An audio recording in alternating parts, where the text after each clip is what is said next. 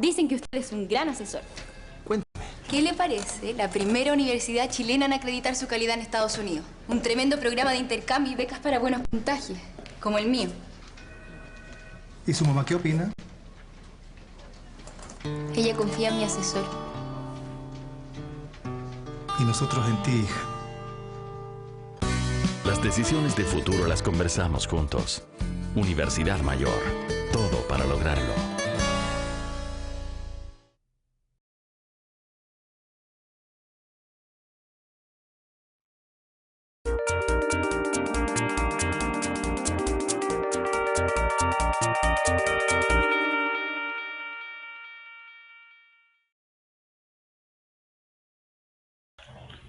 Hola amigos, muy buenas tardes a todos. ¿Cómo están? Bienvenidos a la segunda clase de física. Hoy vamos a ver la luz, en especial la propagación de la luz.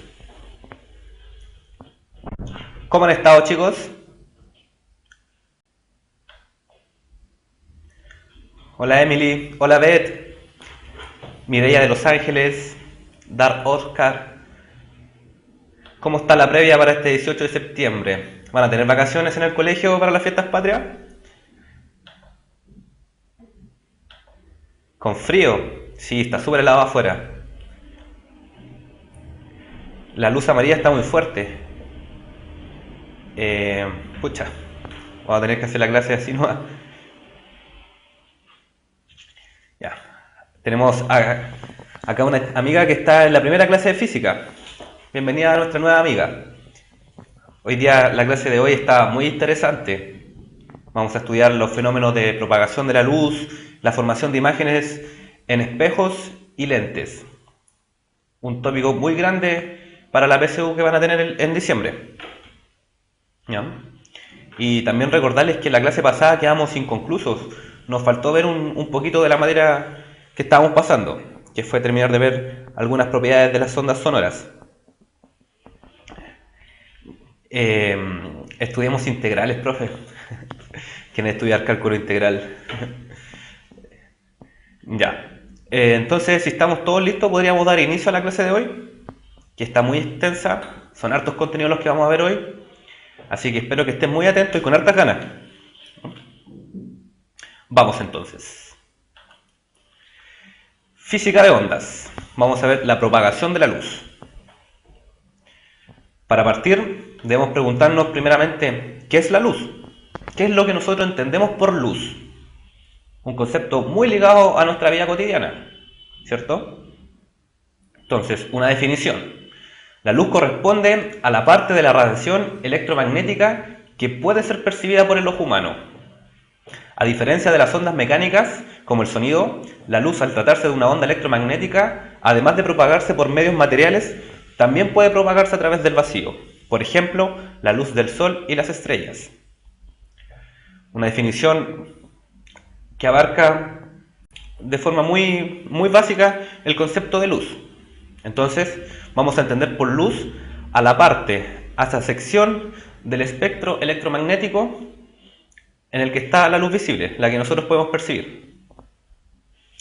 Dice que a diferencia como las ondas mecánicas, la luz puede propagarse en el vacío. De esa forma es como que llega la luz del sol a nuestro planeta, la luz de las otras estrellas. No necesita un medio material para propagarse. También lo hace a través de medios materiales, pero no necesariamente necesita uno para hacerlo. Acá Dar Oscar dice que la luz corresponde a fotones. Una muy buena acotación, debido a que existe un gran debate acerca de cuál es la naturaleza de la luz. Hay defensores sobre la naturaleza ondulatoria de la luz, que es solamente una onda, como otros también antiguamente decían que correspondía a partículas, a corpúsculos. Hoy en día se aceptaba la naturaleza dual de la luz, que se comporta como onda y como partícula, dependiendo de la observación que estemos haciendo. Eso en todo caso es tema para la clase próxima. Ahí vamos a abarcar un debate más amplio acerca de la naturaleza de la luz. Para los fenómenos que vamos a estudiar hoy, que son la formación de imágenes, la propagación de la luz, nos interesa solamente el fenómeno de reflexión de la luz, que corresponde tanto a un fenómeno ondulatorio, todas las ondas se reflejan, como también a un fenómeno corpuscular. La materia también se refleja. Si nosotros lanzamos una pelota de tenis o una muralla, esta pelota también rebota en la muralla. Eso corresponde a una reflexión. Continuemos. La luz se propaga de manera rectilínea. Una fuente de luz emite rayos de luz en todas las direcciones. Otro concepto muy importante, porque sobre este concepto está cimentada la base de la óptica geométrica, que es el estudio de los rayos de luz y su comportamiento al atravesar prismas, cristales, al incidir sobre espejos, etc. ¿Cómo nosotros podemos evidenciar que la luz se mueve en línea recta? Si observamos la imagen que está a la izquierda, que corresponde a la del Sol. Es una fotografía tomada al Sol. Podemos ver claramente de que los rayos se propagan de forma rectilínea. Una aplicación interesante del movimiento rectilíneo que la luz hace es la generación de las sombras. En el dibujo de la derecha tenemos una imagen que representa la formación de una sombra. Y para ello usamos la propagación rectilínea de la luz. Veamos qué dicen acá en el chat. Si una onda es electromagnética, ¿es mecánica a la vez o solo se considera electromagnética? Y ahí respondieron inmediatamente. Supercalifragilística 99. Dice que es solo electromagnética. Y eso es correcto.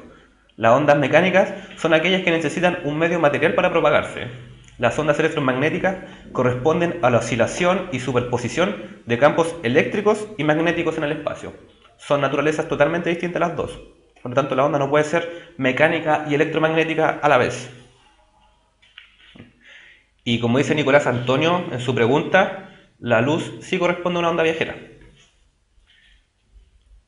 Continuemos. Otra característica muy importante que tiene la luz es su velocidad de propagación. La velocidad de propagación de la luz establece un límite en la física. Dice, la velocidad de propagación de la luz en el vacío alcanza su mayor magnitud y corresponde a c, la velocidad de la luz se denota por c, y son 3 por 10 elevado a 8 metros sobre segundo. Imaginen la magnitud de eso. Son 300 millones de metros por cada segundo. Si la luz diera vueltas sobre la Tierra, podría alcanzar a realizar 7,5 vueltas completas en tan solo un segundo. Una velocidad bastante grande, bastante grande. La velocidad de la luz depende del medio por el cual se propaga. Es decir, la velocidad de la luz no es constante en todos los medios, sino que disminuye. En el vacío alcanza su valor máximo, por lo tanto en otros medios la velocidad de la luz va a ser un tanto menor. Mientras más denso sea el medio, menor será la velocidad de propagación de la luz en él. Por lo tanto, la luz que viene del espacio, del Sol, por decir un ejemplo, en el vacío alcanza su velocidad máxima, que corresponde a c. Al ingresar a nuestra atmósfera, está cambiando de medio, está entrando a un medio que es un poco más denso, que es el aire. Por lo tanto, ahí disminuye su velocidad. Esa disminución es muy baja, es muy poca. Y para efectos prácticos casi ni se considera. Por lo tanto, no es de gran importancia, pero sí cabe destacar de que la velocidad de la luz cambia en la atmósfera. Y mientras el medio vaya siendo más denso, la velocidad de la luz va a ir disminuyendo más. Por lo tanto, si la luz atraviesa del aire al agua, va a cambiar su velocidad aún más. Y si pasa, por ejemplo, a un diamante, con mayor razón va a disminuir la velocidad con la que se está moviendo esta onda. La onda sonora viaja a 340 metros por segundo y la velocidad de la luz es de 3 por 10 elevado a 8 metros por segundo. ¿Qué fenómeno podemos asociar a estas dos velocidades? Imaginemos el invierno, hay lluvia, se escuchan relámpagos, como dice mucha gente por ahí, o se ven los truenos. Son términos que la gente tiende a confundir. ¿Ya? El relámpago corresponde al rayo de luz que nosotros vemos, mientras que el trueno corresponde al sonido. Pero si nosotros hemos notado, primero vemos ese destello y después escuchamos el sonido. Y eso se debe porque la velocidad del sonido es menor que la velocidad de propagación de la luz. Por lo tanto, son efectos que van complementarios, ocurren al mismo tiempo, pero la luz llega más rápido a nuestros ojos que la onda sonora, a nuestros oídos. Un efecto muy interesante. Con eso nosotros podemos determinar incluso si una tormenta se está alejando o se está acercando, comparando las velocidades entre ellas dos. Continuemos. Estoy revisando el chat por si van surgiendo dudas. Así que todas las dudas que tenga, hágalas nomás, chiquillos. Kekosolf quiere hacer una consulta.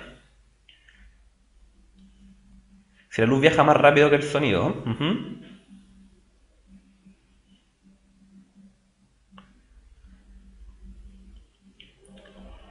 Todavía no aparece la pregunta. Voy a seguir viendo algunos comentarios. Ahora está la pregunta. Pero si la luz viaja más rápido que el sonido, ¿por qué en el aire el sonido llega después? Mira, analiza la pregunta que hiciste, porque es súper lógica, se responde sola, ¿o no? Si la luz viaja más rápido, va a llegar mucho más rápido que la onda sonora a nosotros.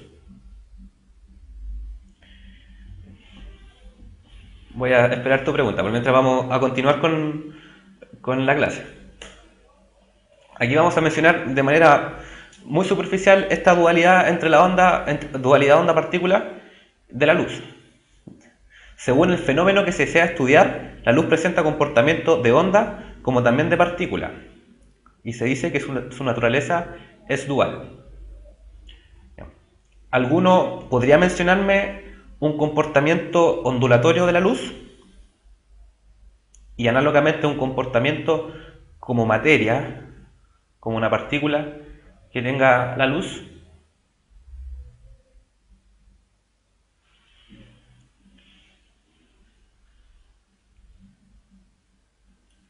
Al prender una ampolleta.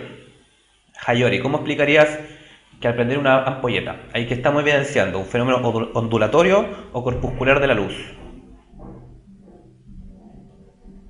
Aquí aparece una respuesta. Supercalifragilística 99. Un fenómeno ondulatorio de la luz corresponde a la interferencia y como partícula la reflexión. Eso está muy correcto. No olviden también que la reflexión es un fenómeno ondulatorio, pero también de las partículas, como mencionamos al principio de la clase. La reflexión, sí, tiene que ver algo la radiación. Bueno, la radiación corresponde a una parte del espectro electromagnético. Aquí solamente estamos tratando la parte que corresponde a la luz visible. La refracción también. Ese es un fenómeno ondulatorio que nosotros podemos asociar a la luz.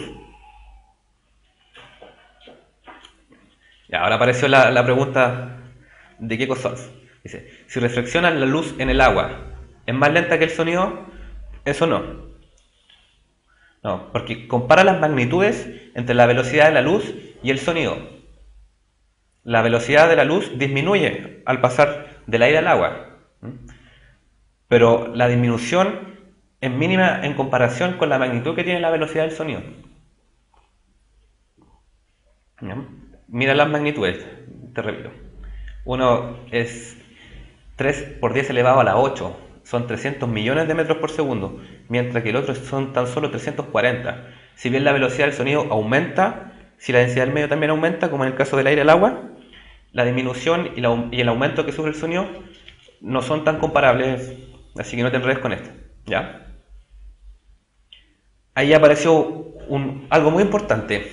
C. Johans dice en pequeños paquetes de energía. Esa es una característica importante que permitió diferenciar a la luz de los fenómenos ondulatorios. Los fotones. Fotones se llaman a las partículas que constituyen a la luz. Es un tema bastante complejo. La mecánica cuántica trata todos estos temas. Pero vamos a abordar este debate en la próxima clase, cuando veamos la naturaleza de la luz. Aquí solamente vamos a mencionar rápidamente esta dualidad del comportamiento. Acá una pregunta de Jorge Mauricio. Dice que la luz, al ser electromagnética, no debería tener siempre la misma velocidad. Va a ser la misma velocidad con la que se mueve la luz si se está moviendo en el mismo medio. Pero si la luz pasa de un medio a otro, su velocidad sí va a cambiar. el medio interfiere, el medio tiene que ver con la oscilación de esos campos eléctricos y magnéticos que producen la onda lumínica. No es el mismo medio, como te responde ahí Pablo Cocheverría. Bueno, si no quedan más dudas podemos continuar. Fenómenos importantes: reflexión, transmisión y absorción de la luz. La luz puede atravesar una diversidad de objetos, produciendo fenómenos como reflexión, refracción y absorción. Vamos con el primero. La reflexión corresponde al cambio de dirección del rayo luminoso al incidir sobre una superficie. La reflexión puede ser especular o difusa. Expliquemos estos conceptos. En la imagen que tienen a su izquierda, con la letra A, tenemos un ejemplo de reflexión especular. Es decir, la reflexión es la misma, la superficie está perfectamente pulida. Mientras que en la imagen de la derecha, la superficie es irregular. Por lo tanto, las reflexiones no van a ser siempre en la misma dirección. Los rayos no van a ser paralelos entre sí ahora, sino que se refleja la luz en todas las direcciones.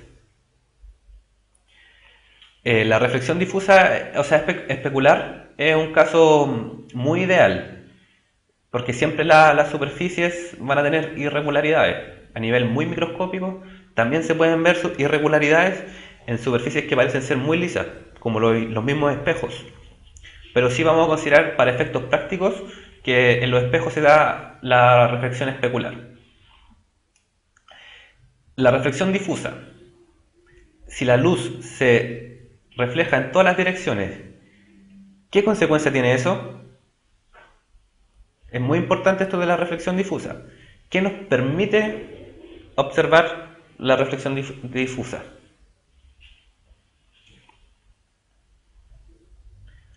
Aquí Johans hace una observación importante de que el ángulo incidente es igual al ángulo reflejado. Eso es cierto. Ahí apareció la respuesta. Que gracias a la reflexión difusa, nosotros somos capaces de ver los objetos. Piensen, si sobre una mesa se deja cualquier objeto, personas situadas alrededor de la mesa, todas pueden ver al mismo objeto, ¿cierto? Y eso se debe a que la luz que incide sobre el objeto se va a reflejar en todas las direcciones, por lo tanto va a permitir a todos observar ese objeto. Mientras que con la reflexión especular, la luz solamente se va a reflejar en cierta dirección. Le permitiría solamente a la persona que está en esa misma dirección observar el objeto. Veamos si hay consulta en el chat. Quiere que explique la ley de reflexión. En eso estamos viendo la ley de reflexión. Y la ley que dice que el ángulo de incidencia es igual al reflejado, lo habíamos visto en la clase pasada para las ondas, pero hoy la vamos a volver a deducir ocupando el principio de Fermat, pero eso viene un segundito más adelante. Acá aparece una pregunta también súper interesante. Preguntan si un arcoíris se ve solamente de un lado. ¿Alguien podría responderle esa pregunta a Catherine?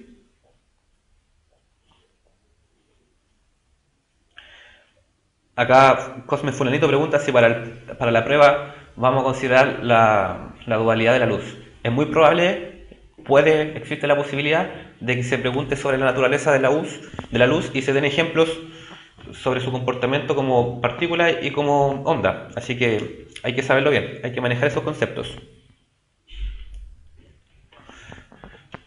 Ya, respondiendo a la pregunta que hizo Catherine, sí, el arco iris solamente es posible observarlo si uno está frente al sol. El arco iris se debe a que las gotas que están suspendidas en el aire, en ellas se producen múltiples reflexiones de la luz solar, descomponiendo la luz blanca en todos sus colores, pero todavía no se enreden con ese tema porque lo vamos a ver en detalle. Entonces, para poder percibir eso hay que estar frente, es decir, el arco iris va a quedar entre el sol y el observador, hay que estar frente al sol. No se ve si uno está ubicado al otro lado. Ya. Ahí Cisneros dice que depende del ángulo de visión, porque se debe a la refracción de la luz. Exacto. Bueno, si no hay más preguntas sobre la reflexión especular y difusa, continuemos. El principio de Fermat dice que el trayecto seguido por la luz al propagarse de un punto a otro es tal que el tiempo empleado en recorrerlo es un mínimo. ¿Qué nos dice esto? Que la luz tarda el menor tiempo en moverse de un punto a otro. Consecuencia de esto es que si la luz se mueve en el mismo medio, supongamos que se está moviendo siempre en el mismo medio y quiere llegar de un punto a otro, significa que al estar en el mismo medio se va a mover con la misma velocidad, su velocidad va a ser constante. Entonces, si a velocidad constante tarda el tiempo mínimo, esto implica que va a recorrer también la distancia mínima entre esos dos puntos. Con el principio de Fermat nosotros podemos deducir nuevamente la ley de la reflexión, que dice que el ángulo de incidencia al reflejarse la luz sobre una superficie debe ser igual al ángulo reflejado, medido desde la normal a la superficie, que va a ser la recta perpendicular a la superficie en ese punto. Ya. ¿Preguntas con esto? Exacto. Es la que dice que el camino busca, o sea, que la luz busca el camino más corto, supercalifragilística. La luz tarda el menor tiempo en recorrer esa distancia. Por lo tanto, va a recorrer la distancia más corta que hay entre un punto. Para moverme de un punto a otro, nosotros podemos emplear múltiples trayectorias, ¿cierto? Lo que dice este principio es que la luz siempre va a recorrer la trayectoria más corta. Solo eso. Bueno, continuemos. Espejos. ¿Qué entendemos por espejos? Todos los días en la mañana nos levantamos, nos miramos al espejo. Si somos un poco más vanidosos, andamos con un espejo en la mochila, nos miramos en la micro, etc. ¿Cierto? Los espejos están constantemente en nuestro ambiente. ¿Pero qué es un espejo? ¿Ya? Si nos hacemos esa pregunta, ¿cómo nos responderíamos? ¿Qué es un espejo? Aquí dice que el espejo corresponde a una superficie pulida, en que al incidir la luz se refleja siguiendo las leyes de reflexión. Si volvemos a esta imagen de acá, podemos considerar perfectamente la imagen A como un espejo. Ahí se cumplen las leyes de reflexión. El ángulo de incidencia es igual al rayo reflejado. En este caso correspondería a un espejo plano, claramente. Espejos planos. La imagen producida es virtual, del mismo tamaño que el objeto y se encuentra a la misma distancia que el objeto. Al leer esto, probablemente, y sería bueno que nos surgiera la duda de esto, podríamos cuestionarnos esto. Podemos mirarnos al espejo y ver claramente si se cumple esta ley, de que la distancia de nuestra imagen al espejo corresponde a la misma distancia que hay entre nosotros al espejo. La imagen, aquí dice que la imagen producida es virtual. Una imagen virtual corresponde a una imagen que no es real, es decir, no está hecha con rayos de luz reales, sino que corresponden a la prolongación de los rayos reales. Sí, entiendo que parezca un poco complejo de entender, porque en realidad no es tan fácil de entender. Pero miremos la imagen. Tenemos aquí a un caballero que está parado frente a un espejo. Entonces, podemos considerar las líneas punteadas como los rayos de luz reales, ¿cierto? Entonces, ¿qué es lo que va a ver él? El primer rayo, el que está más arriba, vamos a apuntarlo con el mouse. Este rayo de acá se refleja en la superficie. Aquí obedece a las leyes de la reflexión, es decir, el ángulo con el que se está reflejando respecto a la normal va a ser el mismo ángulo con el que se va a reflejar. Ya. Y este rayo que estoy yo ahora apuntando corresponde al rayo reflejado. Pero si nosotros hacemos la prolongación de este rayo, obtenemos la imagen que él va a percibir. Pero como dice acá, la imagen no es real, es virtual. No sé si se entiende ahí un poquito más el concepto de imagen virtual. La imagen virtual no está hecha con rayos reales y corresponde a la prolongación en este caso del rayo reflejado. Y del mismo tamaño Eso también. No se varían las magnitudes de los objetos al mirar por un espejo plano y se encuentra a la misma distancia del efecto. Y acá también hacen una observación de que la imagen es derecha. Exacto, la imagen es derecha. Vamos a ver otros casos en que la imagen se invierte. Aquí va a aparecer una pregunta que les va a dar mucho para pensar. Espero que aparezcan y que todos puedan entender bien el concepto. Así que ahí va. Dice, si ponemos una vela encendida frente a un espejo, se producirá una imagen real, derecha y del mismo tamaño, una imagen real, invertida y del mismo tamaño, dos imágenes virtuales, una invertida y otra derecha, una imagen virtual derecha y una imagen real derecha, o una imagen virtual derecha y una imagen real invertida. Pensemos un momento esta pregunta. Preguntan acá por el foco. No, el foco en los espejos planos no hay un foco. Solamente en los espejos curvos nosotros vamos a definir un foco. La gran mayoría está de acuerdo con la alternativa D. Veo algunos que se inclinan por la A.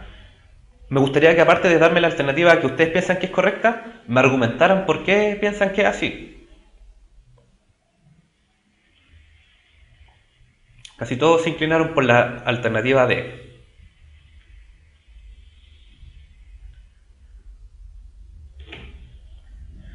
Aquí Nata Deal dice que la A no puede ser, porque el espejo no te ofrece una imagen real, es virtual.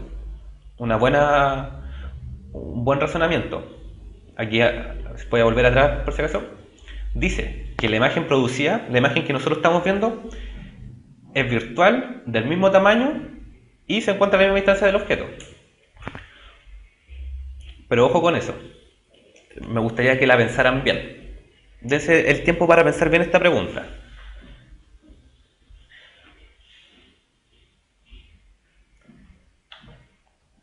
Entonces, mientras ustedes piensan en esta pregunta, yo les voy a dar una pequeña información sobre la Universidad Mayor.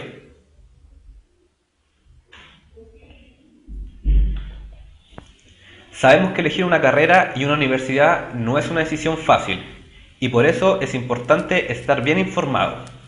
Infórmate de todo lo que necesitas saber sobre la U Mayor en admisionumayor.cl. Toma una decisión del futuro y postula a Universidad Mayor.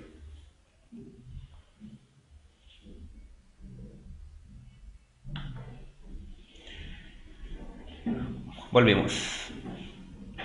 Veamos qué está sucediendo acá en el chat.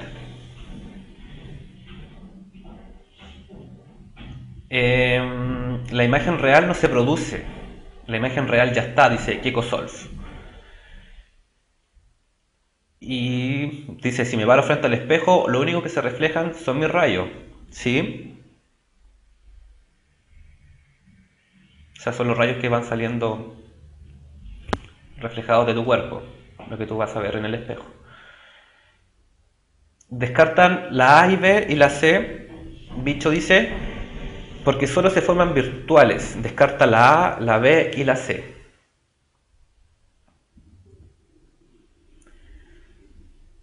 Y supercalifragilística dice, virtual del espejo y real invertida la que se forma en el ojo, creo. Por ahí yo creo que está la cosa. Está muy cercana a la respuesta a la que diste, supercalifragilística. Nicolás Antonio dice que la E es la más lógica. Si puedes argumentarlo sería muy genial. Invertida se refiere, por ejemplo, en el caso de acá.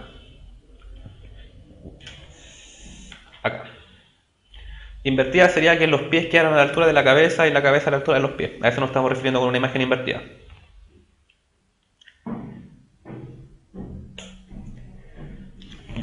Si no encuentran la respuesta, vamos a ir analizando cada una de las alternativas. Así vamos a ir descartando las que no son correctas y las que nos producen un poquito más de complicación las vamos a discutir. La A dice que la imagen es real, derecha y del mismo tamaño. Eso es falso. La imagen es virtual. Si es derecha y si es del mismo tamaño, pero la imagen es virtual. La B dice que la imagen real, invertida y del mismo tamaño. La podemos descartar porque ya sabemos que la imagen no es real y que la imagen tampoco es invertida. La C dice que se forman dos imágenes virtuales, una invertida y otra derecha. Eso también es falso. Se forma tan solo una imagen virtual y es la que estamos viendo en esta fotografía. Esa es la única imagen virtual formada por el objeto, en este caso por la persona. La D, por la que todos se inclinaron, o sea, no todos, la gran mayoría, dice que se forma una imagen virtual derecha y una imagen real derecha. Esta alternativa, lamento informarles que tampoco es correcta. Sí se forma una imagen virtual derecha, que es la que nosotros estamos viendo al espejo, y también se forma una imagen real en un espejo. ¿Qué pasa? Pero nosotros no la vemos, pero sí podemos proyectarla. Hay un experimento súper entretenido que yo he visto que lo hacen en los colegios. Si no lo han visto, también lo pueden buscar por internet, en el que se proyecta la imagen real de una vela frente a un espejo. Ustedes encienden una vela, la ponen frente a un espejo y en un papel, puede ser cualquier tipo de papel, ustedes pueden proyectar la imagen real, que en este caso serían de los rayos reflejados por el espejo. Y justamente esa imagen que nosotros podemos proyectar y que corresponde a los rayos reflejados es una imagen real invertida, está en sentido inverso, pero no corresponde a una imagen real derecha. Por lo tanto, la respuesta correcta sería la E. Se forma una imagen virtual derecha, que es la que nosotros vemos, en lo que nosotros vemos en el espejo, y también se forma una imagen real invertida, pero nosotros no somos capaces de percibirla. Pero esa imagen sí se puede proyectar. Les recomiendo que busquen ese experimento en internet. Es muy interesante. Hay muchos fenómenos ópticos que escapan a nuestra vista. Nosotros vemos un porcentaje muy mínimo. Bueno, continuemos. Los espejos curvos. Aquí nos va a tomar un poco más de tiempo para la clase, ver la imagen en el espejo curvo. Preguntan dónde queda esa imagen real invertida. A ver, si me esperan un segundito, les puedo dibujar la situación. Aquí Kekosolf dice que si yo lo digo, tiene que ser así. Bueno, agradezco que me crean lo que les digo, pero siempre cuestiónense las cosas. No lean y crean todo lo que dice, cuestiónense, ¿ya? Eso ayuda al proceso de aprendizaje. Porque incluso en la internet existen muchos errores bibliográficos. Bueno, si me esperan un segundito, les voy a dibujar la situación. Acá estamos. Entonces, vamos a seleccionar el lápiz. Supongamos que aquí tenemos un espejo. A ver. Un espejo. Ahí sí. No soy el mejor dibujante, así que no se fijen mucho en el detalle del dibujo, sino que en el concepto que les quiero explicar. Y supongamos que acá está la vela que yo les mencionaba. ¿Por qué tiene que ser una vela? Bueno, puede ser cualquier objeto en realidad, porque todo objeto va a tener también esta imagen real invertida. Pero una vela, aparte de ser un objeto que está siendo reflejado, es una fuente de luz, produce luz propia. Por lo tanto, hace que el experimento sea más sencillo, más interesante. Ya, entonces, supongamos que tenemos un rayo de acá. Pescamos un rayo que esté saliendo desde la punta de la vela. Este rayo se propaga de manera rectilínea a cierto punto del espejo. Esa es la dirección del rayo, se la estoy dando ahí con una flecha. Aquí la normal al espejo, entonces el rayo se va a reflejar con el mismo ángulo que incidió, es decir, estos ángulos de acá tienen que ser los mismos. Los voy a llamar alfa y beta. Alfa debe ser igual a beta, por la ley de reflexión. Lo que nosotros vemos en el espejo es la proyección de este rayo reflejado. Si yo aquí hago la prolongación, voy a ver la punta de la vela nuevamente. Si hago este proceso para cada punto de la vela, que obviamente no lo vamos a hacer, ese es el fenómeno que hay detrás del espejo. Pero ¿qué pasa con este rayo? Este rayo sigue viajando Y va a pasar lo mismo con todos los rayos de la vela. Si yo pongo una pantalla acá, supongamos que hay un papel, puede ser un papel mantequilla. A ver, el dibujo no está muy preciso. Voy a borrar un poquitito, chicos.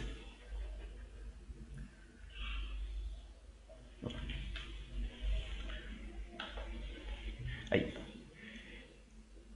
Este rayo de luz está saliendo desde la punta de la vela. Por lo tanto, va a llegar a ese punto. Entonces la punta de la vela quedaría ahora en este punto. Si hago lo mismo para todos los rayos, me quedaría la vela algo así. Esa sería la imagen real de la vela. Una imagen que es real porque está compuesta por rayos reales, que es del mismo tamaño de la vela, pero que es invertida respecto a la vela. Este correspondería al papel donde estamos proyectando. No sé si se entiende.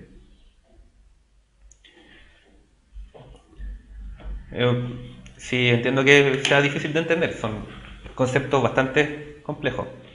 Pero eso sería más o menos a grandes rasgos lo que sucede. Bueno, aquí leí algo de una cuchara. El ejemplo de la cuchara es de una imagen real, ¿no? Eso depende de qué lado de la cuchara te estás mirando. Porque la cuchara es curva, puede ser cóncava o convexa, dependiendo de dónde te estés mirando. Continuamos entonces con la diapositiva. Esa imagen, ¿cómo se podría ver? La podríamos ver si la proyectamos. Ahí ese cuadrado que yo dibujé corresponde a un papel donde podemos proyectar esos rayos de luz. Pero no se queden atascados con este experimento. Volvamos. Pero en el espejo en sí es solo una imagen. O sea, es una imagen la que nosotros vemos. Nosotros nos miramos al espejo y la imagen que vemos corresponde a la imagen virtual. Pero esa imagen invertida real, nosotros no somos capaces de percibirla. Nuestro ojo no la ve. Por eso es necesario un material para poder proyectarla. No sé si queda un poquito más claro. Entonces, dice, espejos curvos. Las distancias entre el objeto y la imagen al espejo ya no son las mismas. Es decir, un espejo curvo se diferencia de un espejo plano en que la distancia que hay desde la imagen al espejo no es la misma que hay desde el espejo al objeto. Los elementos constituyentes de un espejo curvo son el vértice, el centro de curvatura y el foco. Pueden ser cóncavos y convexos. En esta imagen, el vértice corresponde acá. Esta recta que está trazada aquí corresponde al eje óptico o eje principal del espejo. Y el vértice va a estar justo en la intersección del eje óptico con el espejo. Si nosotros...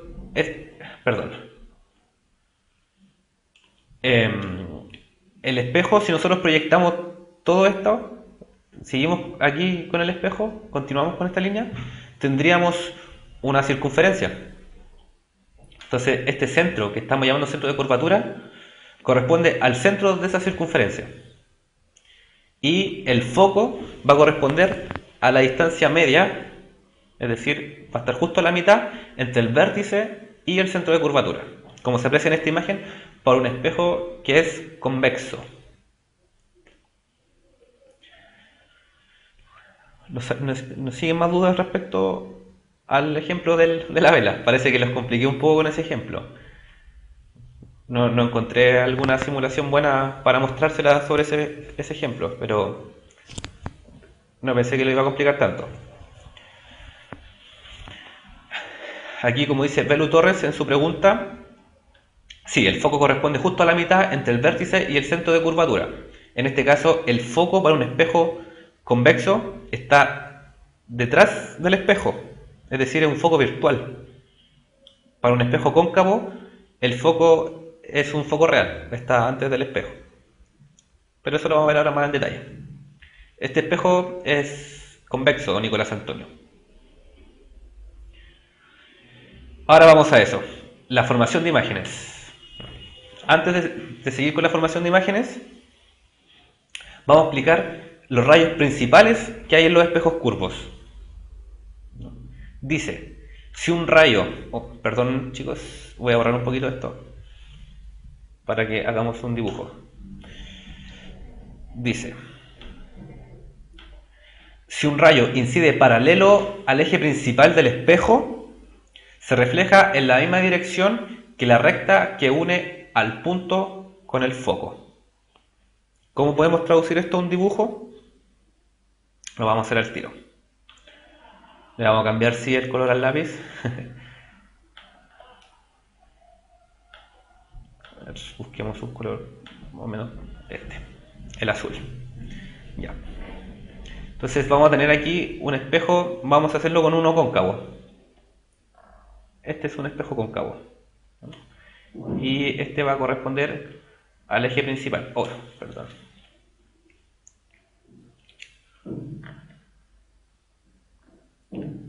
Bueno, como pueden ver, mis habilidades como artista no son las mejores. Ya, supongamos que ese es el eje óptico. Está un poco chueco, pero es para entendernos más la idea. Entonces, en un espejo cóncavo, el foco va a estar más o menos por ahí. Y este va a ser el centro de curvatura. Y aquí va a estar ubicado el vértice. Entonces, si un rayo viene paralelo al eje óptico, es decir, es paralelo a esa recta de abajo, se va a reflejar en la misma dirección que la recta que une este punto con el foco. Es decir, va a ser esto. Así se va a reflejar ese rayo. ¿Se entiende ahora más o menos lo que intenta decir el enunciado?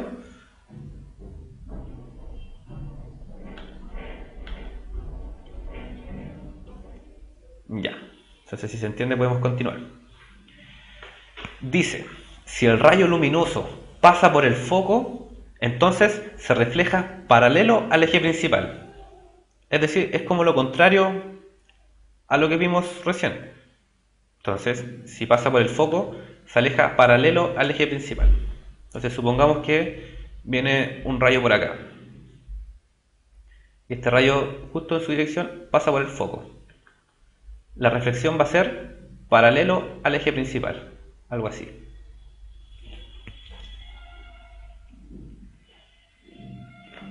¿Se entiende ahora este punto? Para que avancemos y todos vayamos entendiendo. Porque después lo vamos a usar para la generación de imágenes.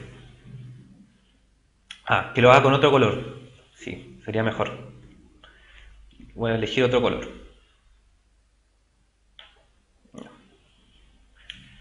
Entonces, el rayo viene por acá, pasa por el foco y se va a reflejar paralelo al eje óptico. Esa va a ser la dirección del rayo. Pregunta si esto queda grabado. Sí, esta clase tú después la puedes encontrar en la página, va a estar también en YouTube, así que no hay problema. Bueno, y el último punto. Dice: si el rayo luminoso pasa por el centro de curvatura, se refleja sobre sí mismo. Es decir, no cambia la dirección, solamente va a cambiar el sentido de la propagación. Entonces, el dibujo quedaría una cosa como así. Vamos a buscar otro color. Un verde, vamos. Ya. Entonces, si el rayo viene y pasa por el centro de curvatura, esta es la dirección inicial, hacia el espejo, se va a reflejar sobre sí mismo. Se mueve en la misma dirección, pero cambia solamente el sentido.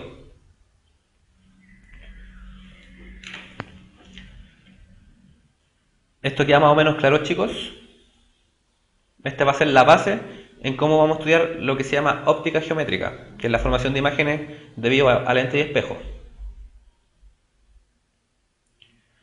La definición de centro de curvatura Hayori: este espejo es un segmento de circunferencia. Un espejo curvo corresponde a un segmento pequeño de una circunferencia. Entonces, si tú prolongas esa circunferencia completa, el centro de curvatura corresponde al centro de la circunferencia. Y esto corresponde a un espejo cóncavo, pero se aplica el mismo criterio para un espejo convexo, solamente que ahora el foco decimos que es virtual, porque el foco, aquí en el dibujo, voy a volver a rayar, el foco está acá. Se supone que la imagen, o sea, el objeto va a estar por acá. supongamos cualquier objeto. Entonces el foco está entre el objeto y el espejo, pero un espejo que es convexo, acá está el objeto, acá está el espejo, pero el foco va a estar dentro del espejo, por decirlo, entre comillas. Esto es lo que se llama un foco virtual. Pero se aplica el mismo criterio. Si el rayo viene paralelo al eje óptico, se refleja en la misma dirección que la recta que va desde el punto al foco. Esta recta sería así. Entonces estaría reflejando así. ¿Se entiende o no? Acá hay una pregunta que dice, ¿por qué punto tiene que pasar para que no se vea el reflejo? Si podrías hacer esa pregunta un poquito mejor para entenderla, porque no veo bien a qué te refieres. Ya. ¿Y qué pasa si va al centro? Lo mismo. Se aplican los mismos criterios para espejos cóncavos y convexos. Este es un criterio general para espejos curvos. Y aquí Hayori pregunta si la definición de foco sería el punto de convergencia de los rayos. Yo no definiría así el foco, porque no todos los rayos convergen al foco. Si te das cuenta, un rayo que pasa por el foco no converge al foco. Un rayo que pasa por el centro de curvatura no converge al foco. Pero sí solamente los rayos paralelos van a converger al foco. También depende de la distancia que hay desde el objeto al espejo. Esa definición sí podría ser correcta si el objeto se encontrara muy lejos del espejo. Bueno, si no quedan más consultas, vamos a continuar con la clase.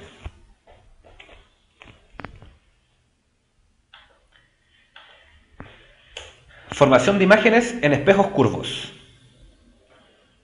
Haz la pregunta tranquila nomás, yo la voy a ver, probablemente voy a continuar con la clase.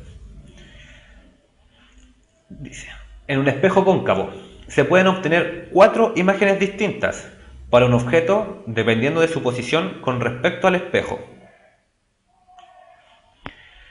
La primera, si el objeto está atrás del centro de curvatura. En esta imagen queda muy clara cómo se produce la imagen. Si observan, los rayos van todos saliendo desde la punta de la vela. Nosotros la imagen que vamos a ver corresponde a la intersección de esos dos rayos que están saliendo. Ahí, si se fijan, los rayos al cruzarse en ese punto corresponden al mismo punto de donde están saliendo la vela, pero obviamente que reflejado. ¿Qué pesca Darío? Darío, no veo tu pregunta, parece que quedó muy arriba en el chat. Si me la puedes hacer de nuevo, sería genial. Entonces, dice que si el objeto está atrás del centro de curvatura, la imagen producida es real, son rayos reales, es invertida y de menor tamaño. Todos estos ejemplos que vamos a ver ahora, si tienen una cuchara que esté muy pulida en la casa, los pueden comprobar mirándose frente a la cuchara por los dos lados y variando la distancia a la cuchara. Así es súper sencillo verlo. Entonces, como resumen, la imagen es real, invertida y de menor tamaño si el objeto está detrás del centro de curvatura. Esto deben saberlo muy bien, chicos, porque en la PSU, en la prueba, les pueden preguntar perfectamente, no sé, a ver, se ubica un objeto detrás del centro de curvatura de un espejo cóncavo. ¿Cómo es la imagen? Entonces ustedes esto deben tenerlo bien claro. Tampoco les recomiendo que anden memorizando todo, pero entendiendo estas 3 principales axiomas, por llamarlo, es fácil construir las imágenes. Entonces ustedes perfectamente también lo pueden hacer si no se acuerdan. Sigamos. Ahora, si el objeto se encuentra justo en el centro de curvatura, la imagen obtenida es distinta. Ahora la imagen sigue siendo real, es invertida también, pero tiene el mismo tamaño que el objeto original. Esto si el objeto se encuentra en el centro de curvatura. El diagrama muestra muy clara la formación de esta imagen. Ahora, ¿podemos seguir continuando? Dice que si el objeto está... Voy a interrumpir un poquito para responder esta pregunta. ¿Por qué se dice que es real o virtual? Una imagen real está hecha por rayos reales y una imagen virtual corresponde a la prolongación de rayos reales. En este caso, en estos tres casos que hemos visto hasta el momento en el objeto, o sea, en el espejo cóncavo, perdón, hemos visto tres imágenes reales, pero ya va a salir una imagen virtual por ahí y espero que te quede más claro ese concepto, Sebastián. Entonces, si el objeto está entre el centro de curvatura y el foco, la imagen sigue siendo real, sigue siendo invertida, pero ahora es de menor tamaño. Obtenemos una imagen más pequeña. O sea, perdón, de mayor tamaño. A ver, voy a volver un poquito sobre la diapositiva. Aquí es de mayor tamaño. Me equivoqué yo en escribir la diapositiva, pero guíense por el dibujo. Entonces, ahora, vimos el caso en que el objeto esté detrás del centro de curvatura. Si está justo en el centro de curvatura, y ahora si está entre el centro de curvatura y el foco. Entonces corresponde ahora analizar el caso de cuando la imagen está justo en el foco. Aquí preguntan, ¿y dónde se supone que yo veo? Esa es la imagen que tú estarías viendo, entre comillas, en el espejo. Eso es lo que tú vas a ver en el espejo. En este caso, entre el objeto, entre el centro de curvatura y el foco, si tú pones un objeto justo en ese punto, lo que tú vas a ver en el espejo es esa imagen. Una imagen invertida, de menor tamaño, o sea, de mayor tamaño y real. ¿Se entiende? El centro de curvatura aquí está denotado por C y F corresponde al foco. Y el foco habíamos dicho que era la distancia media que está entre el centro de curvatura y el vértice del espejo.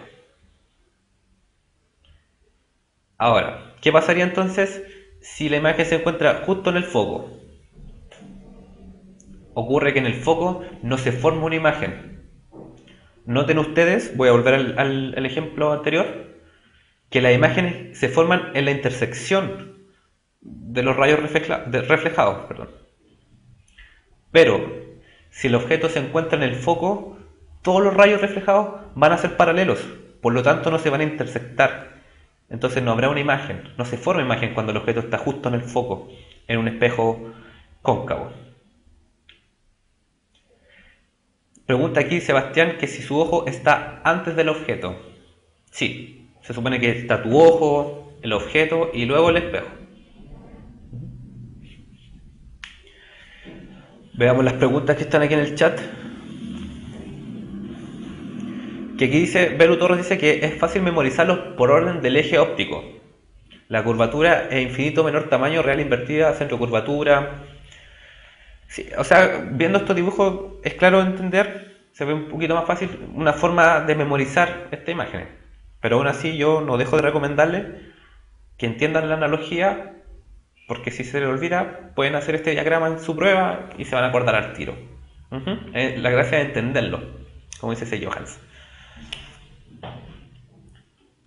Aquí dice que la forma de ver esta imagen también sería proyectándolo en un material. No, esta imagen tú la ves. A diferencia de la vela frente al espejo, esos rayos reflejados nosotros no podemos percibirlos. Pero sí, estos rayos que están aquí es lo que nosotros estamos viendo en el espejo. En un espejo plano nosotros veíamos la imagen real, o sea, virtual, del mismo tamaño y derecha. Aquí nosotros vamos a ver la imagen, en este caso virtual derecha y de mayor tamaño en el espejo. Pero la que vimos anteriormente, esta, es lo que se ve en el espejo. Si es invertida y real, sí, esta tú la vas a ver. Esto es lo que tú ves en el espejo. La vela invertida y de mayor tamaño. Supongo. Ya. Entonces, continuemos. Y nos queda la otra posición, que sería entre el foco y el vértice. Ahí obtenemos una imagen que es virtual. Es derecha y de mayor tamaño. ¿Por qué la imagen es virtual? Si miran el dibujo, la imagen corresponde a la intersección entre la proyección de los rayos reflejados. No como anteriormente, que correspondían a los rayos reflejados en sí. Espero que les haya quedado claro la formación de imágenes en los espejos, en el espejo cóncavo al menos. Y para este caso final, en que la imagen está entre el foco y el vértice, lo que nosotros estamos viendo en el espejo es una imagen virtual. Nosotros ya no vemos la imagen real. Pero en los 4 casos que vimos, incluyendo el del foco, serían 5 entonces, solamente cuando el objeto está entre el foco y el vértice, la imagen que nosotros vemos en el espejo es virtual. En todos los otros casos nosotros vamos a ver una imagen siempre real. Entonces, como pregunta aquí Sebastián Alexis, la imagen que estaríamos viendo ahora en el espejo es la imagen virtual. Porque se forma dentro del espejo, como dice muy bien ahí Klaus Salgado. ¿Qué pasa ahora con los otros tipos de espejos? Los convexos.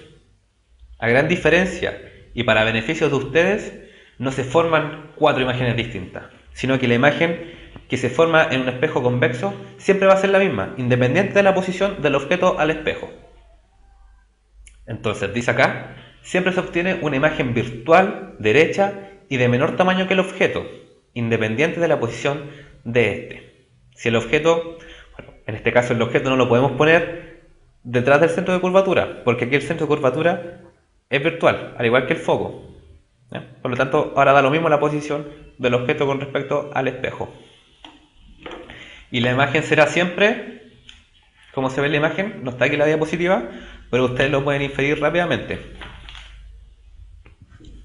La imagen es siempre virtual, derecha y de menor tamaño, como muy bien dice Velu.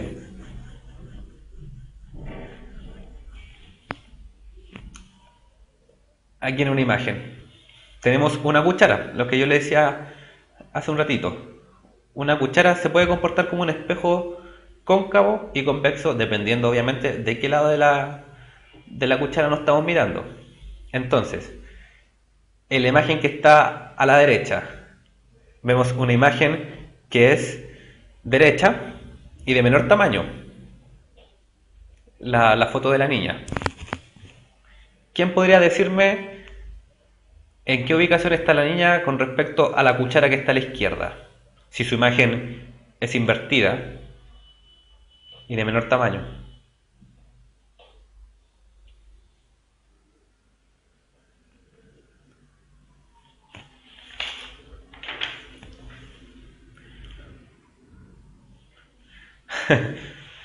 Que dicen que nunca había entendido tan rápido física, que quiere gritar un garabato.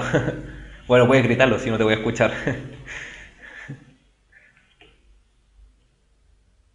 Ya. Entonces, en la primera imagen todavía estoy esperando su respuesta. No, o sea, revisen la materia si quieren, pero ocupemos esa analogía de los rayos para tratar de identificar la distancia en que puede estar esa niña con respecto a la cuchara. Vamos a ir haciendo un descarte. Si está más atrás del centro de curvatura, la imagen sería más pequeña, ¿cierto? Por lo tanto, tiene pinta de ser candidata. La imagen sería real e invertida. ¿Qué pasa ahora si está en el centro de curvatura? La imagen es de igual tamaño, real e invertida. Aquí claramente la imagen no es de igual tamaño, porque si fuera de igual tamaño, con suerte podríamos ver un ojo o la nariz de la niña en ese espacio tan pequeño de la cuchara. Entre el centro de curvatura y el foco, la imagen sería real, invertida también, pero sería de mayor tamaño, o sea que también la podemos descartar. ¿Qué otras opciones nos quedaría? En el foco claramente no, porque no se forman imágenes. Y si está entre el foco y el vértice, la imagen sería virtual, derecha y de mayor tamaño. La imagen no es derecha y tampoco es de mayor tamaño. Por lo tanto, nosotros podemos deducir, sin siquiera ver dónde está la niña, que la niña se encuentra detrás del centro de curvatura de esa cuchara. Y si nosotros, por ejemplo, solamente observáramos la imagen que está a la derecha en el espejo convexo, no podríamos hacer esa inferencia, porque como dijimos, la imagen siempre va a ser virtual y de menor tamaño y derecha. Entonces necesitaríamos más información para determinar eso. Bueno, espero que le haya quedado muy claro esto de la formación de imágenes. Si tienen dudas, este es el mejor momento para hacerlas. Come Fulanito pregunta si fuese virtual, ¿cómo se vería? Me gustaría que hiciera esa pregunta un poquito más detallada para entender el concepto que no tienes claro.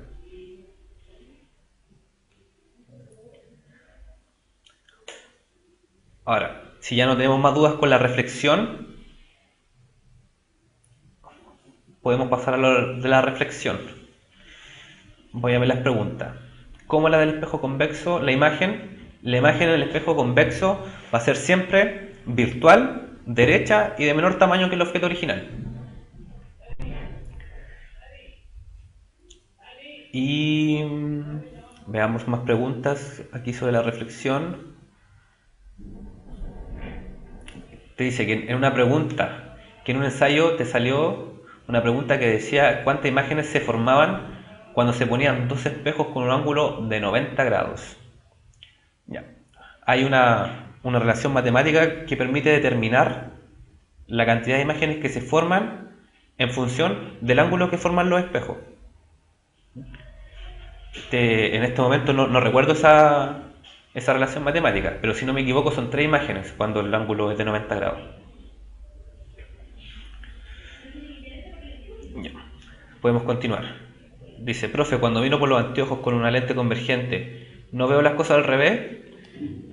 Espera un poquito, Hayori. Ya vamos a llegar a eso de las lentes y si sigues con tu duda me las vuelvo a plantear. ¿Ya?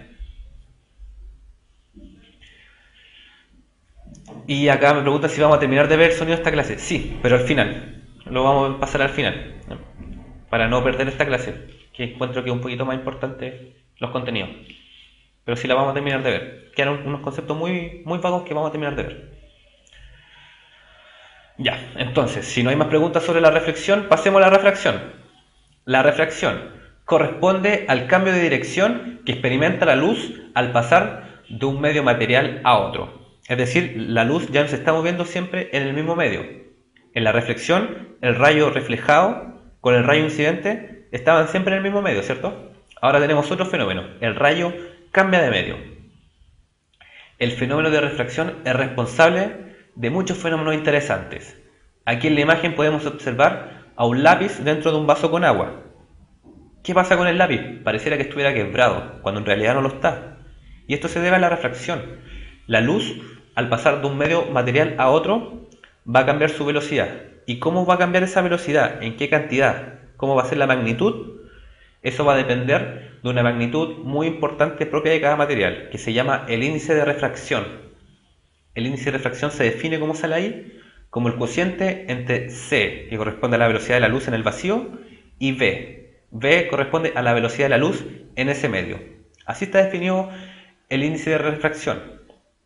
Por lo tanto, si el medio es más denso, va a tener un índice de refracción mucho mayor.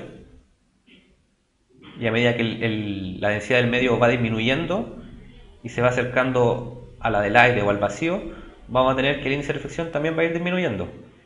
El mínimo valor que tiene el índice de refracción corresponde al del vacío, que es 1. De ahí en adelante todos los índices de refracciones son mayores que 1. Ya. Entonces, fenómenos también asociados a la refracción. El desprisma, la descomposición de la luz blanca en todos los colores que la constituyen al pasar por un prisma. Ese corresponde también a la refracción. Y aparte, si observan esta imagen, el haz incidente, que es el que viene ahí, donde estoy apuntando con el mouse, incide sobre la superficie del prisma, se refracta, que es esa línea que vemos ahí, y aquí dentro del prisma vuelven a haber múltiples refracciones, que como consecuencia tienen la descomposición de la luz en los colores que tenemos ahí, los colores del arco iris. Pero también hay una porción del prisma, de la luz que llega al prisma, que se refleja. Es decir, los fenómenos de refracción y reflexión no son excluyentes entre sí. No es que solamente haya reflexión y solamente haya la refracción, sino que pasan al mismo tiempo, simultáneamente. El rayo de luz blanca, me preguntan, es de una fuente puntual, puede ser cualquier fuente de luz puede ser cualquier cosa. Datos importantes también sobre la reflexión de la luz. Hay una relación matemática que nos permite determinar cómo va a cambiar la velocidad de la luz al pasar de un medio a otro. Y esa es la llamada ley de Snell, que relaciona el ángulo de incidencia del rayo de luz con el rayo de refracción y los índices de refracción de ambos medios. Aquí Nicolás Antonio pregunta que asimismo se explica lo del arco iris. Exacto. En el arco iris ocurre lo mismo que en el prisma. La luz se descompone en sus colores principales debido a múltiples refracciones. Pero a diferencia de acá, es que esa refracción ocurre en las gotas de agua que hay suspendidas en el aire, no en un prisma. Pero las gotas de agua se comportan al igual que un prisma. Y ahí, como muy amablemente, aquí el amigo Tigeneriot, si se pronuncia así, nos puso la relación. Si no se entiende esa relación, no la puse en la diapositiva porque tengo entendido que no entra muy bien en la prueba tan profundamente. Se las puedo dibujar. Supongamos que acá está la división entre las dos superficies. Entonces acá hay una superficie 1 y una superficie 2. Entonces vamos a llamar al índice de refracción de la primera superficie como N1 y al índice de refracción de la segunda superficie como N sub 2. Entonces viene un rayo y choca con la superficie. Esta superficie también debe cumplir cierta característica. Debe ser un medio transparente o un medio translúcido, es decir, que permita que la luz se propague por él. Un medio transparente, por ejemplo, el agua, un vidrio. Un medio translúcido es un medio que permite parcialmente que la luz se propague sobre él. No en su totalidad, pero tampoco no lo permite. Y un medio opaco sería un medio que no lo permite. Por ejemplo, una piedra. Una piedra no permite que la luz se propague por él. Entonces este medio debe cumplir esa característica de ser un medio al menos translúcido.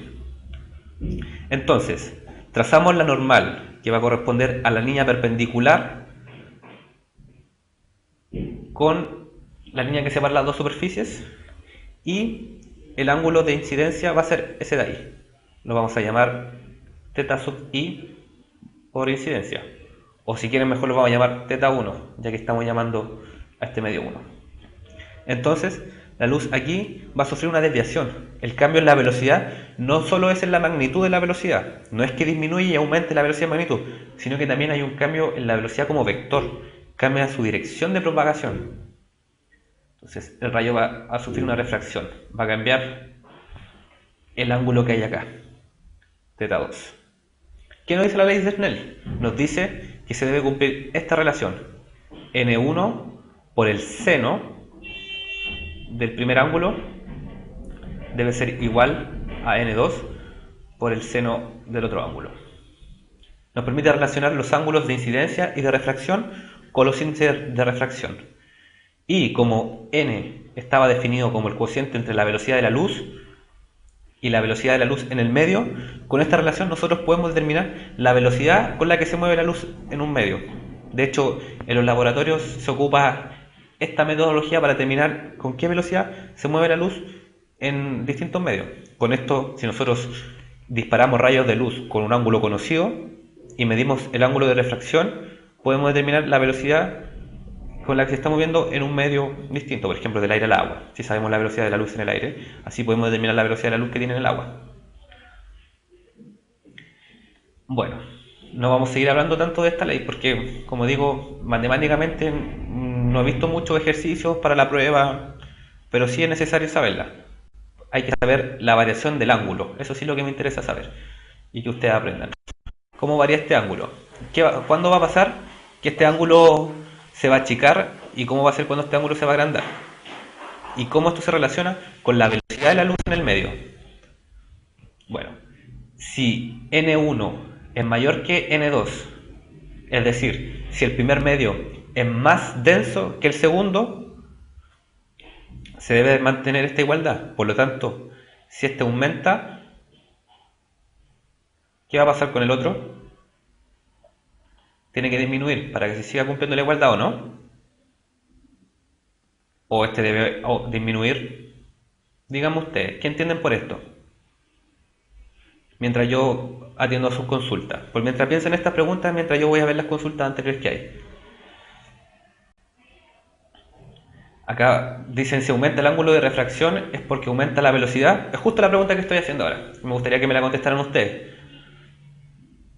A mayor ángulo de incidencia, ¿cómo es el índice de refracción? El índice de refracción Hayori es una característica de cada material, no varía. Solamente depende del material. Por lo tanto, no influye en el ángulo de incidencia. El ángulo de incidencia puede ser cualquiera, dependiendo de la medición que nosotros estemos haciendo. Bueno, más preguntas. ¿Dónde es mayor la propagación del sonido? ¿En el aire o en el agua? La clase pasada dijimos que el sonido, la onda sonora, se propaga mucho más rápido en medios más densos. Por lo tanto, la velocidad del sonido sería mayor en el agua que en el aire, a diferencia de la onda lumínica. Espero que eso haya respondido una pregunta que vi por ahí. Entonces, B corresponde a la velocidad de la luz en el medio que estamos estudiando. Entonces, ¿cómo va a ser la variación de los ángulos? Aquí nosotros podemos hacer una aproximación. Cuando el ángulo de incidencia son muy pequeños, nosotros podemos hacer esta aproximación. Esto es lo que se llama aproximación paraxial en física. Es cuando los ángulos son muy pequeños. Por lo tanto, aquí yo creo que sería más fácil determinar cómo es la variación de los ángulos, si cambia si el ángulo aumenta o disminuye dependiendo de la densidad de los medios. No se ve. Oh, está esa publicidad. Vamos a tratar de sacarla. Ahí salió. Ah, pero no se sigue viendo. Deme un segundito.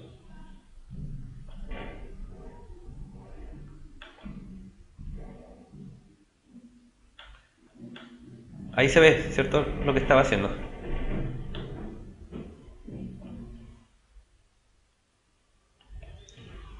Ya. Entonces, aquí va a ser un poquito más claro. ¿Cómo varía el ángulo? Si N1 es mayor que N2.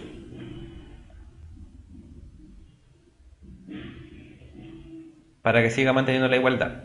Si este es mayor que este, debe cumplirse entonces que este ángulo debe ser menor que este, para que se siga cumpliendo la igualdad. Es decir, si N1 es mayor que N2, como consecuencia, el ángulo de incidencia, es decir, desde la primera superficie, del primer medio, perdón, debe ser menor que el rayo refractado. Es decir, cuando la luz pasa de un material más denso a uno menos denso, el ángulo aumenta. El ángulo se aleja de la normal. Y también el caso contrario, si pasa de un medio menos denso a uno más denso, el ángulo se va a acercar a la normal, el ángulo va a disminuir. Esto deben tenerlo muy claro, chicos, porque esto sí puede ser pregunta tipo prueba. Entonces, se los voy a volver a escribir aquí a modo de resumen.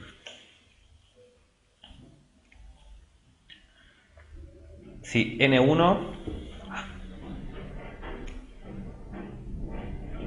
Esperen un segundito, se me pilla este programa a veces.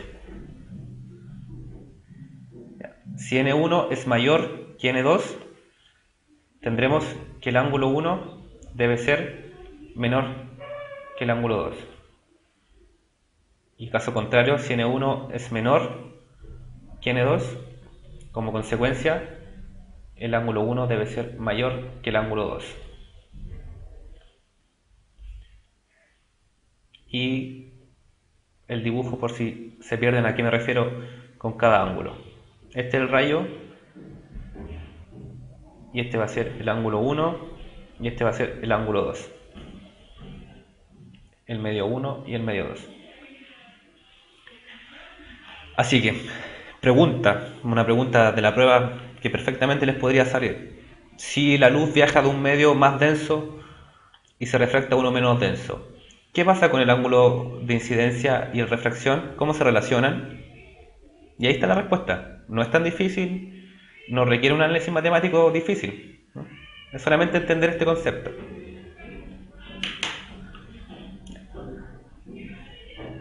Entonces sigamos un poco más.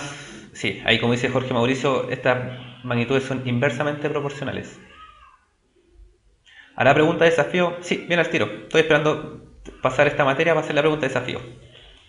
Continuemos entonces. Dice, es una pregunta, no es la pregunta de desafío, pero también es una pregunta. Dice, el fenómeno que hace que la visualización de la puesta de sol sea solamente una imagen virtual de la realidad es la reflexión de la luz solar en el agua, la reflexión de la luz solar en la atmósfera, la refracción atmosférica, la dispersión cromática que se produce con las gotas de agua en suspensión en la atmósfera, o la inclinación del eje de la Tierra respecto a su órbita. Mientras ustedes piensen esta pregunta, 1 o 2 minutitos, voy a responder algunas preguntas que he visto aquí en el chat. Si haré pregunta de desafío, sí. De hecho, muchas gracias por recordármelo. Quería terminar de verlo de refracción para hacer la pregunta de desafío.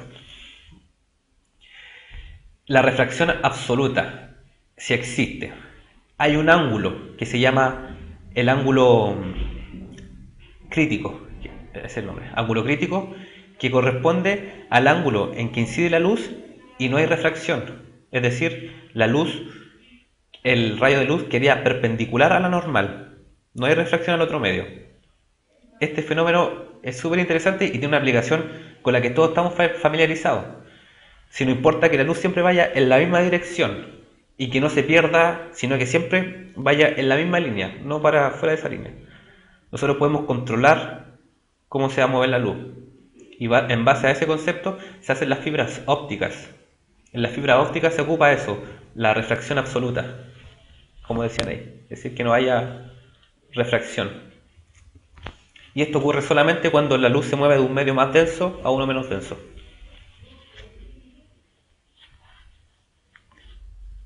Ya, si te lo puedo dibujar, mira, podría dibujarlo, pero te recomiendo que avancemos un poquito con la clase, porque todavía nos queda ver lo del sonido, ¿ya? Pero si queda tiempo después de la clase, no hay ningún problema con que dibujemos ese fenómeno. Nicolás Antonio, o Jorge Mauricio, no sé quién hizo la pregunta.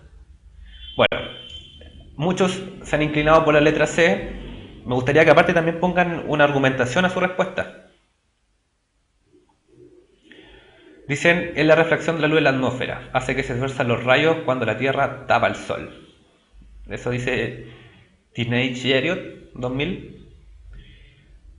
Anarco se inclina por la B. Me gustaría saber por qué la B. Y lo hizo al descarte, hicieron otro. Bueno, pero la mayoría se inclinó por la C. Y correctamente todos tienen razón. Es la C, la alternativa correcta. ¿Por qué las otras no?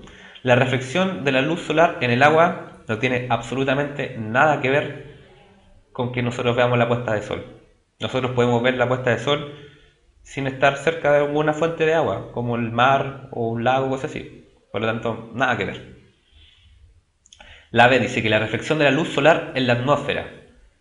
Sí tiene que ver la atmósfera, pero no el fenómeno de reflexión. El fenómeno de reflexión no nos permite ver la puesta de sol. De hecho, si la luz se refleja en la atmósfera, estaría saliendo de la atmósfera, no estaría entrando a la atmósfera y después llegando a nosotros. La C, la refracción atmosférica. Eso es correcto. La Tierra tapa el Sol, como dijo muy bien ahí una amiga, no me acuerdo el nombre. Pero los rayos de sol siguen llegando a nosotros y se debe a que hay un cambio de dirección en los rayos. Y este fenómeno de cambio de dirección se debe a la refracción con la atmósfera.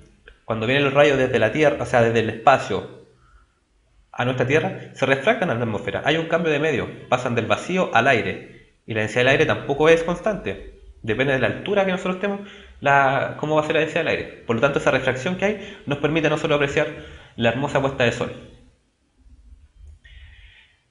El fenómeno de refracción está muy asociado a muchos fenómenos con los que nosotros lidiamos cotidianamente. De ahí radica la importancia de saber la física. No tan profundamente, pero sí tener conceptos o ideas de lo que es lo que ocurre. La D. ¿Por qué no puede ser la D? La dispersión cromática que se produce con las gotas de agua en suspensión en la atmósfera.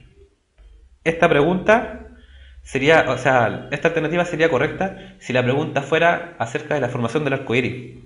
La D explica la formación del arco iris, que corresponde a la dispersión cromática en las gotas de agua. También está relacionada esta dispersión cromática al fenómeno de refracción, pero es otro fenómeno. Y la E dice que la inclinación del eje de la Tierra con respecto a su órbita.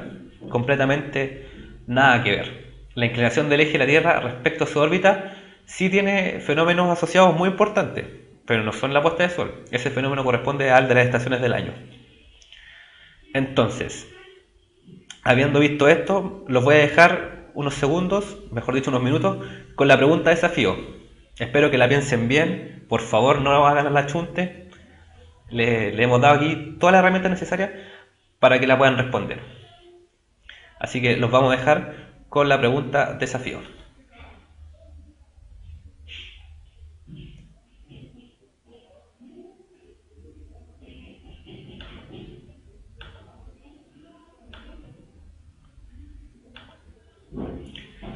Ahí está la pregunta de desafío.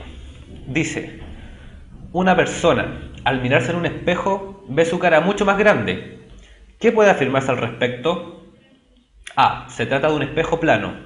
B. Se trata de un espejo convexo. C. Se trata de un espejo cóncavo. D. Puede ser un espejo cóncavo o convexo. Depende de la distancia a la que se ubique la persona respecto al espejo. E. No es posible aumentar el tamaño de una imagen usando espejos. Los voy a dejar ahí unos minutos para que debatan entre ustedes la pregunta, revisen la materia que hemos visto hasta el momento y en unos minutos más la revisamos.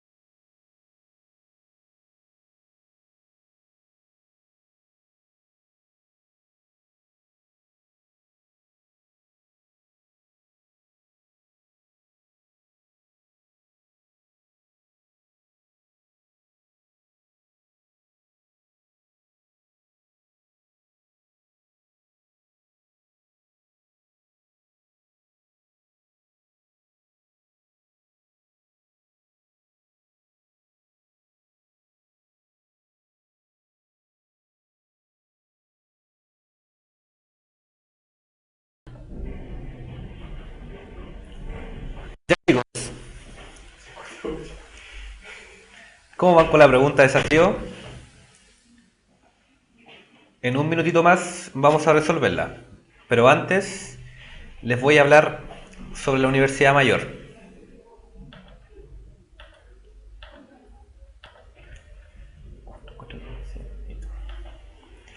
Recuerda que al postular a la U Mayor puedes optar a diferentes becas y beneficios. Para más información visita admisionmayor.cl. A la U Mayor se postula.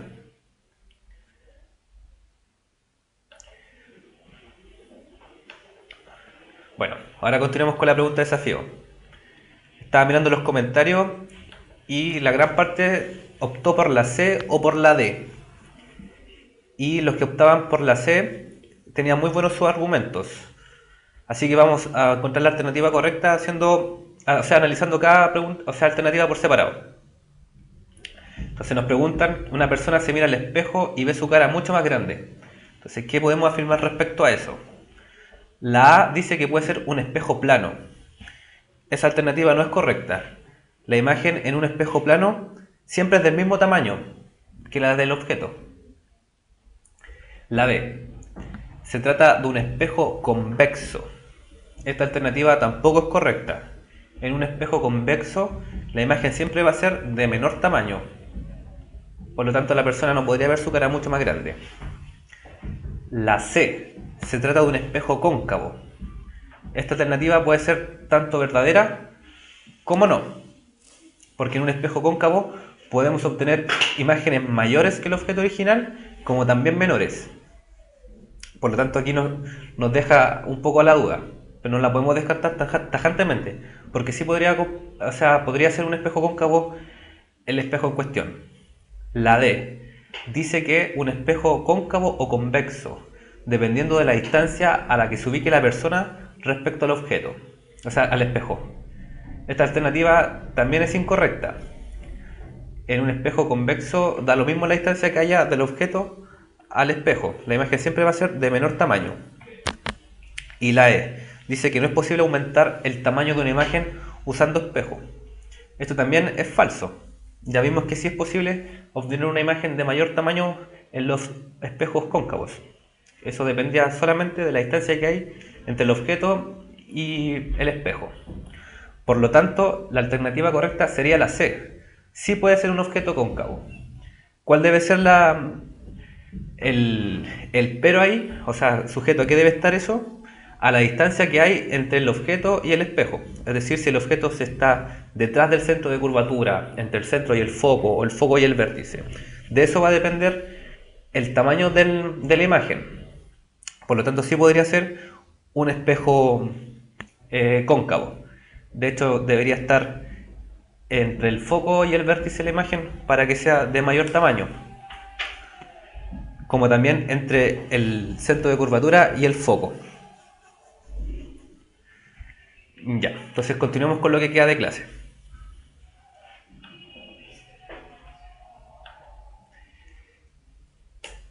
Las lentes esféricas. Tenemos dos tipos de lentes esféricas, que son la lente biconvexa y la lente bicóncava. La primera, la lente biconvexa es más ancha en el centro que en los bordes. También se conocen como lentes convergentes. Se conocen como lentes convergentes porque los rayos de luz que atraviesan la lente biconvexa, convergen a un punto. La lente bicóncava. La lente es más delgada en el centro que en los bordes. También se conocen como lentes divergentes. Bueno, el caso contrario, los rayos de luz divergen, se separan. Ahí hay un ejemplo de la lupa, me hablan por ahí. La lupa corresponde a una lente bicóncava o biconvexa.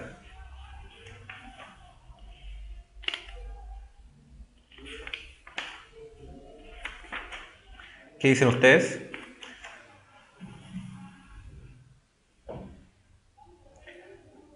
¿Han visto alguna vez, espero que no lo hayan hecho, de que la lente... Uy, no tenía puesta la cámara.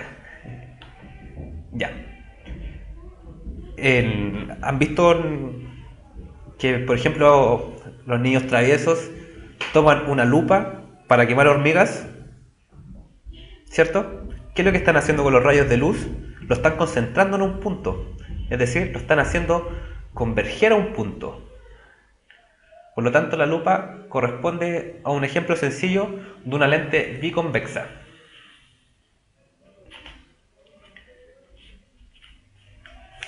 ¿Conocen algún tipo más de lente biconvexa o bicóncava?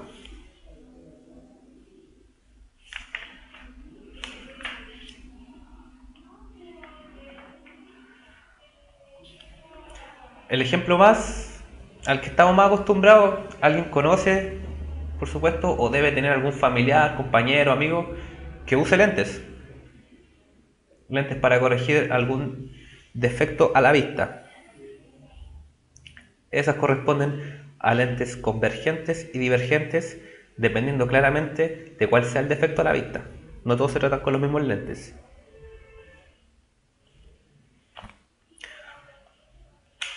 ¿Qué más podemos agregar respecto a esto? Aquí les vamos a dar una imagen, por si nunca han visto una, o sea, en una lupa uno, si pasa el dedo, puede sentir esa curvatura hacia afuera, ¿cierto? Que es una lente biconvexa. Pero aquí en esta imagen nosotros podemos ver la diferencia entre estos dos tipos de lentes. La primera es una lente bicóncava, la que está a su izquierda, mientras que la que está a su derecha corresponde a una lente biconvexa. Entonces, la pregunta que a nosotros nos podía surgir, ¿cómo es el comportamiento de la luz al atravesar una lente bicóncava o biconvexa? Varía mucho con respecto al comportamiento de la luz al interactuar con los espejos.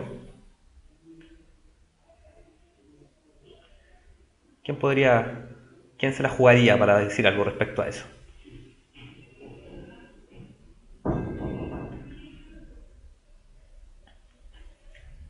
La pregunta es, ¿cómo interactúa la luz en las lentes bicóncavas o biconvexas? Si lo hace de la misma forma que en los espejos curvos o se comporta de una manera distinta.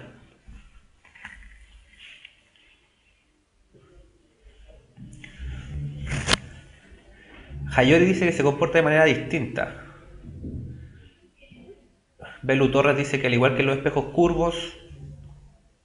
Nicolás Antonio dice que con los espejos se refleja, con los lentes se refracta.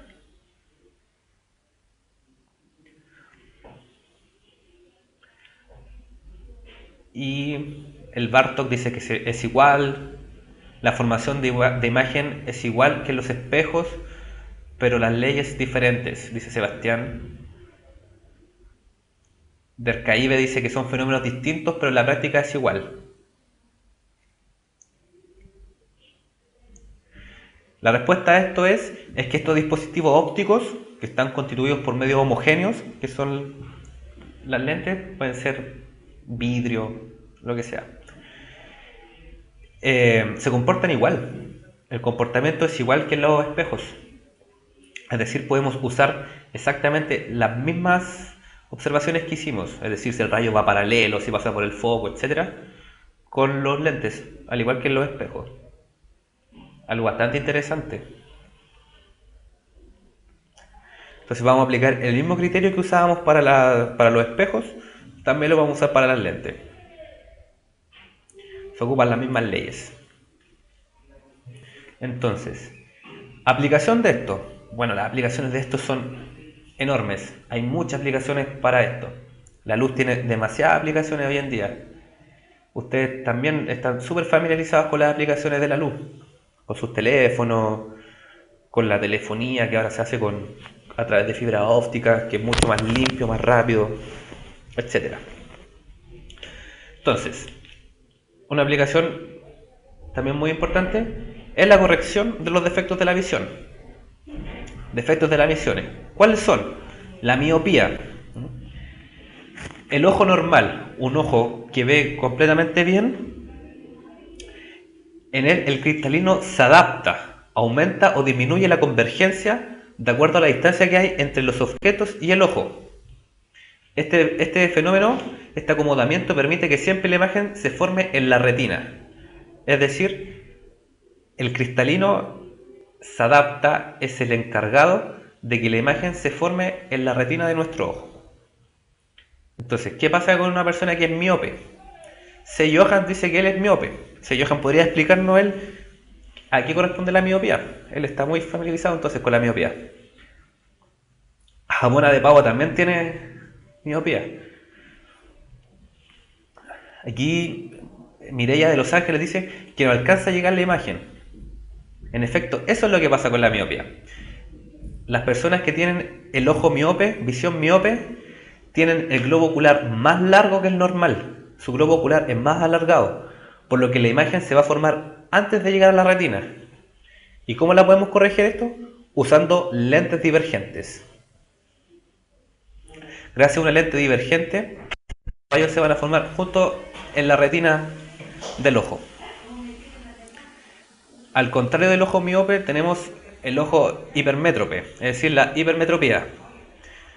La hipermetropía corresponde cuando el globo ocular ahora es más corto que el normal, por lo tanto la imagen se va a formar detrás de la retina. ¿Cómo podemos corregir la visión hipermétrope? Usando lentes convergentes. Una lente convergente va a hacer que la imagen se forme antes. Por lo tanto, en el ojo vamos a tener la imagen formada justo en la retina. Estas son las dos defectos de la visión más importantes, los más comunes. Pero también están algunos que también son interesantes y que los vamos a mencionar rápidamente, que son el astigmatismo. Este corresponde a un defecto de la córnea debido a lo irregular de su curvatura. ¿Cómo se corrige el astigmatismo? Usando lentes cilíndricas. No vamos a definir lentes cilíndricas, no le vamos a dar vuelta a eso. Solamente lo estamos mencionando a grandes rasgos, muy superficial. Así que no se compliquen con eso. Pero si están con la duda, imagínense un cilindro. Debe tener una forma cilíndrica la lente. Ya, la presbicia. La presbicia se debe al endurecimiento del cristalino. El cristalino, que era el encargado de adaptar la imagen para que se forme junto en la retina, se ve endurecido. Y se corrige mediante lentes convergentes este problema de la presbicia. Y el estrabismo. El estrabismo es la incapacidad de dirigir los ojos hacia un mismo punto, debido a la rigidez que hay en la musculatura encargada de controlar el movimiento de los ojos. Son personas que no pueden enfocar el mismo punto con los dos ojos. Y esto se corrige a través de lentes prismáticos. Bueno, lamento informarles, chiquillos, que nos está pillando nuevamente la hora. Estas clases se nos están haciendo muy cortas, porque la física de verdad que ha sido muy interesante y espero que estén aprendiendo, chicos. Le estoy debiendo todavía lo que quedó del sonido. Lamentablemente ahora no lo puedo hacer porque viene la clase de historia y hay que esperar que la profesora de historia se prepare. Pero sí lo vamos a hacer el próximo viernes, que corresponde a la última clase de ondas. Vamos a estudiar la naturaleza de la luz, fenómenos importantes como la formación de arcoíris, los rayos láser, todo eso. Y ahí nos va a sobrar un tiempito más y vamos a terminar de pasar lo del sonido. También les recomiendo que vuelvan a ver esta clase si quieren, y si quedan dudas todavía, las tengan para ese día y ahí las vamos a solucionar todo. La clase de historia va a empezar 7:15.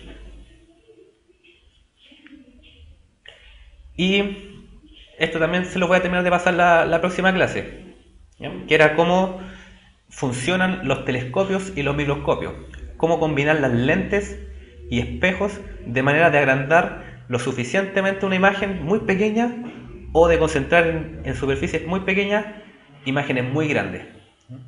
Así que eso lo vamos a dejar pendiente para lo que queda para lo que sobra de tiempo de la clase del próximo viernes. Espero que todos tengan un muy buen fin de semana, chicos, que tengan unas muy buenas fiestas patrias, pásenlo bien, cuídense mucho, no descuiden tanto sus estudios y nos estaríamos viendo el próximo viernes.